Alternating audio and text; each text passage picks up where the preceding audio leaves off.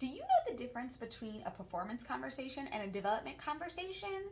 They're definitely not the same, and I'm going to share 3 key differences so you know which one you're having. This is important whether you're the employee or the boss, so make sure that you listen up. Hi, I'm Jovita. Thank you for joining Grow with Jovita, where I share career advice and leadership tips to help you grow your career. So, why are development conversations so important?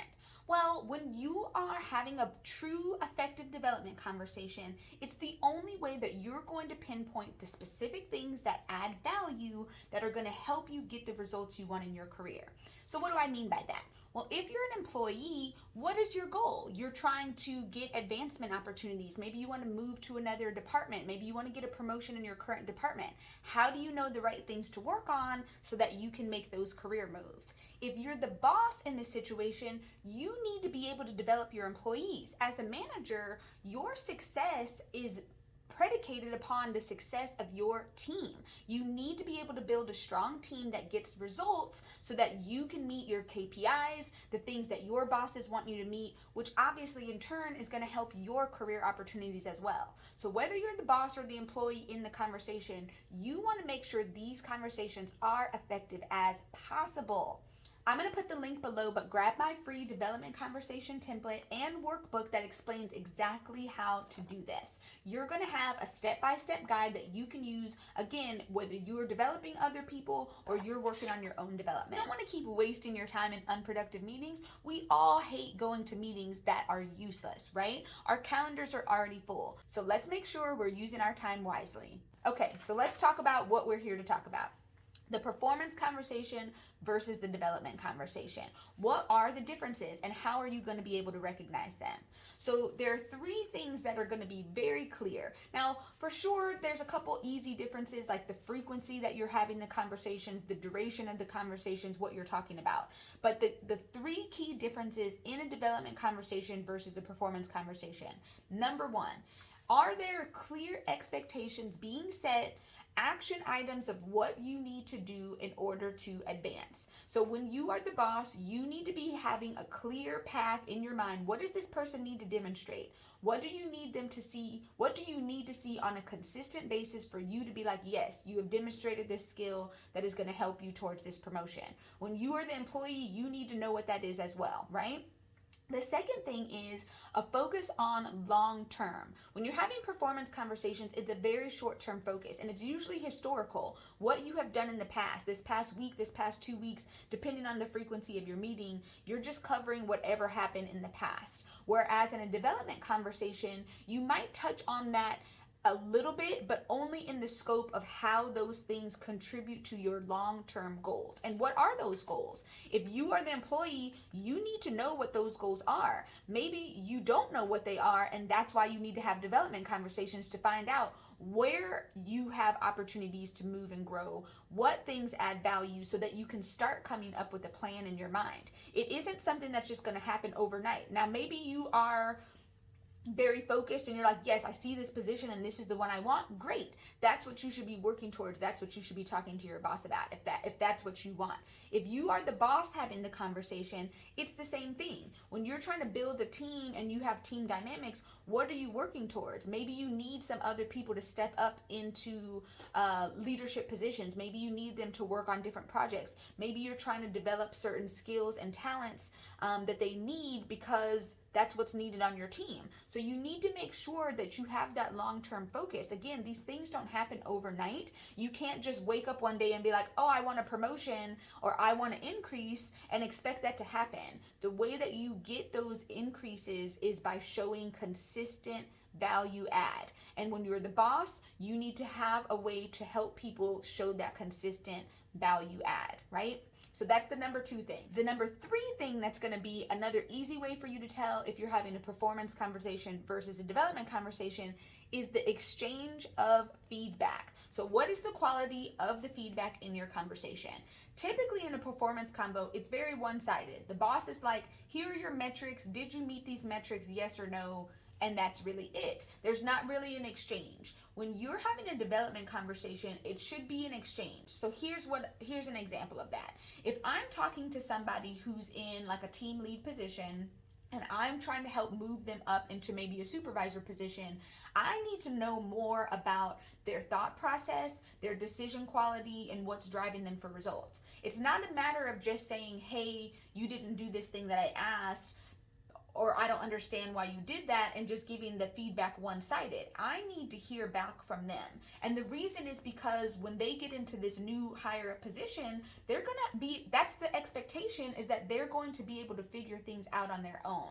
I think that's a piece that people maybe don't understand. As you move up into higher level management, the expectation is that you can self-develop on your own. You can be self-motivated, you can figure things out on your own. But I have to instill that with you now as I'm developing you up into those higher level positions, right? So there should be me giving you feedback, you asking questions, and a back and forth. Maybe there's feedback for me of like, if my communication as the boss, if I wasn't communicating clearly enough, if you don't feel like I gave you an opportunity to demonstrate what I'm asking you to do, so on and so forth. It has to be a mutual relationship of feedback, because we need to be working together towards the same goal. If it's just one-sided, then maybe we're not working towards the same goal. And that's really gonna make it very difficult for you to get ahead, right? It's gonna make it where you have that frustration, that resentment, and that's not what we want. So I actually just did a blog about this, and I'll drop the link below, but there are 5 signs that you're not having effective development conversations. So if you think about those 3 things I just said, clear expectations, you have a long-term focus, you have an exchange of feedback. Maybe you think that you're doing that already. Again, whether you're the boss or the employee, that you can tell that these conversations are not effective. And some of the easy ones is just your levels of frustration and resentment. If you're going into all your meetings with a level of frustration and resentment because things are not moving forward the way you want, then that's a sign that your conversations are not effective. Something is broken and we need to fix it. So that's why you want to grab the free conversation template so that you can start having better conversations and get better results. I have managed teams for over 8 years, so I understand exactly what it means to have a lot of people on the team and you're trying to get a shared vision, a shared goal. I came up with this development conversation template to help me make sure that I had the right people in the right places with the right skills. This is so important as a manager because, again, you are trying to have a cohesive team. You want to make sure that you're mitigating any issues. You don't want to have a lot of attrition. So the development conversation as a manager is super important. Now, as an employee, when I think about the development conversations, the reason I like having the template is because I didn't always have bosses that were good at development. They really didn't know how to help me or couldn't maybe as clearly articulate. So I had to kind of take the lead in asking the right questions and making sure that I knew what I was supposed to be doing in order to develop. It also helped me leverage a lot better in the things that added value so that I can put myself in a position to say, this is the promotion or the position that I want, and this is the salary that I'm after, and here are the results that I'm going to get you. So the development conversation has helped me a lot, whether I've been the boss or when I'm just working on my own development. It's why I came up with this template so everybody can do the same thing. Especially for when I got into senior management positions and director, vice president of operations, the higher I went, the more that I realized like I needed to focus on my self-development. I didn't have as many formal sit downs or conversations with my boss, especially once my boss is the owner. Like that's a really difficult thing to pin down their time because C-suite, when your boss is in the C-suite, when your boss is in the owner, they have so many competing priorities and they have so much going on. So you're not going to have as often of a time to sit down and have a formal development conversation. But you can sneak in the parts of the development conversation in your strategy meetings, in your project meetings, in your touch points, any other times that you are interacting. If you know the right things that are needed to have an effective development conversation, you can work that in. I'm actually going to do another post about specifically when your boss is the owner, because there's a lot of different caveats to that that's a little bit different. But for everybody else, if you are a first-time manager, if you're trying to get into a manager position, maybe you're a team lead, maybe you're a supervisor, maybe you're just entry level and you know that's the path you want to take, you really want to get good at having these conversations with your boss. And then for those of you who are managers, you want to have these conversations with your people as well. A couple other signs that your meetings aren't effective. Maybe it's time for annual or semi-annual performance reviews, and you have no idea what to expect as the employee or what to write as the boss. If you're going into these performance reviews and you have no idea what to say about your employee, or as the employee you don't have anything to say for yourself, or you don't know what your boss is going to say, that's a sign that you are not having good meetings, because you should never go into a conversation and not know where you stand, and not know what to expect. So that's a sign that your meetings aren't effective. And quitting, I think that's the number one sign. Is if you're a manager who has a lot of attrition, then that's a sign that you're not developing your team very well. If you're an employee who is like feeling so frustrated or so resentful or so whatever that they're ready to quit, maybe they're feeling stuck, maybe they're feeling like they're working so hard and it's not getting anywhere and they want to quit, that's a sign that you're not having effective development conversations. I want to be clear that, again, this is something that is supposed to be used for the employee and for the boss. It's very easy for us when we're the employee to expect our boss to do all the development for us, but that is not the case. If you put everything in your boss's hands, then you're going to have to quit a lot of jobs hoping that you find somebody who's really good at development. It's up to you to take ownership of your career and to make sure that you're getting development at the pace you want. If your boss isn't capable of doing that, then you definitely have a slew of outside resources, such as videos online. You can read books. You can get a coach or mentor that can help you develop at the pace you want.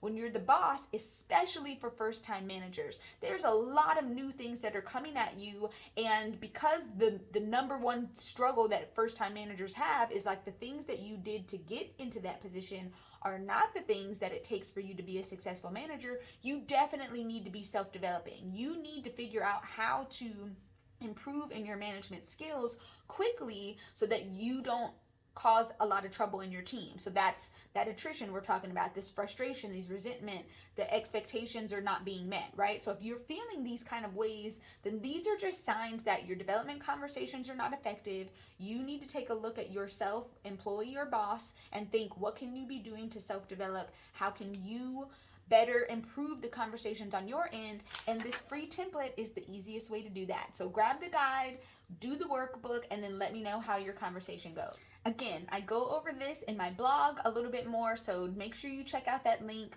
grab the free workbook, and then like and subscribe. If this video helped you, like this video, share it with somebody that you know who needs the same assistance. Subscribe to my channel to get more tips to help you grow your career and leadership skills.